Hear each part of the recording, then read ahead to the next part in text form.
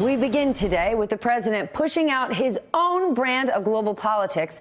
In other words, taking a hard line with countries that we normally think of and have for decades as our closest allies. I cannot wait to get into this with my panel this morning.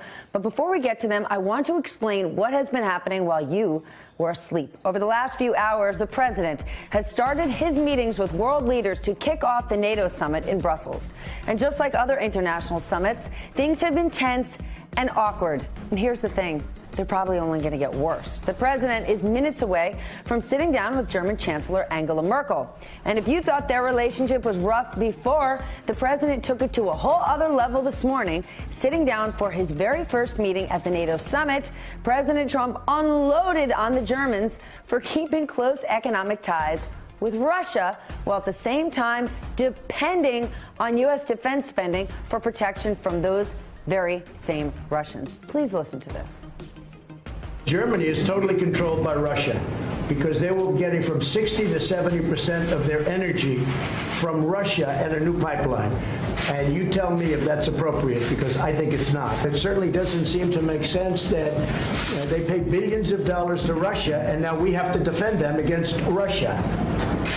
You know, NATO is an alliance of 29 nations, and there are sometimes differences and different views and also some disagreements. And the gas pipeline from Russia to Germany is one issue where allies disagree. But the strength of NATO is that despite these differences, we have always been able to unite around our core task to protect and defend each other, because we understand that we are stronger together than apart.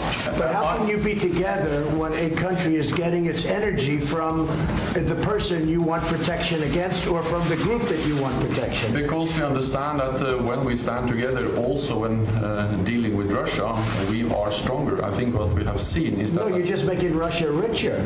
Well, you're not dealing with Russia, you're making Russia richer. Germany, as far as I'm concerned, is captive to Russia because it's getting so much of its energy from Russia. So we're supposed to protect Germany, but they're getting their energy from Russia. Explain that.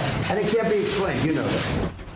It might not make sense to the president because what he's saying is not entirely accurate. Keep in mind, those remarks came hours before the summit had even officially begun.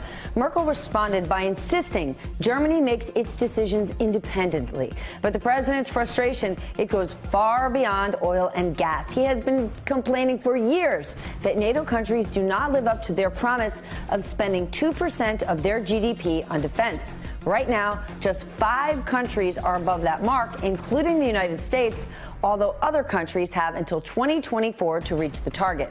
Nevertheless, when President Trump says the U.S. is paying for the lion's share of NATO funding, here's what he's talking about. The United States contributes far more to NATO than any other country, both in terms of its share of GDP and in terms of dollar amount. This year, the United States will contribute an estimated 3.5% of its GDP to NATO.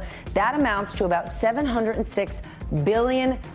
Get your head around this. That is nearly 70% of NATO's entire defense budget. By way of comparison, the United States gives NATO 14 times more money than Germany does, even though the U.S. economy is only about 5 times larger. Still, the NATO Secretary General says countries are starting to contribute more, and listen to who gets the credit. After years of cutting defense budgets, they have started to add billions to the defense budgets. And last year was the biggest increase in defense spending across Europe and Canada in a generation.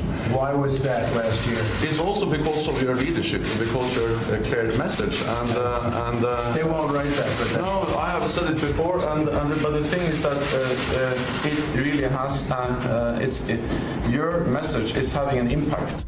Hey there, I'm Chris Hayes from MSNBC. Thanks for watching MSNBC on YouTube. If you want to keep up to date with the videos we're putting out, you can click subscribe just below me or click over on this list to see lots of other great videos.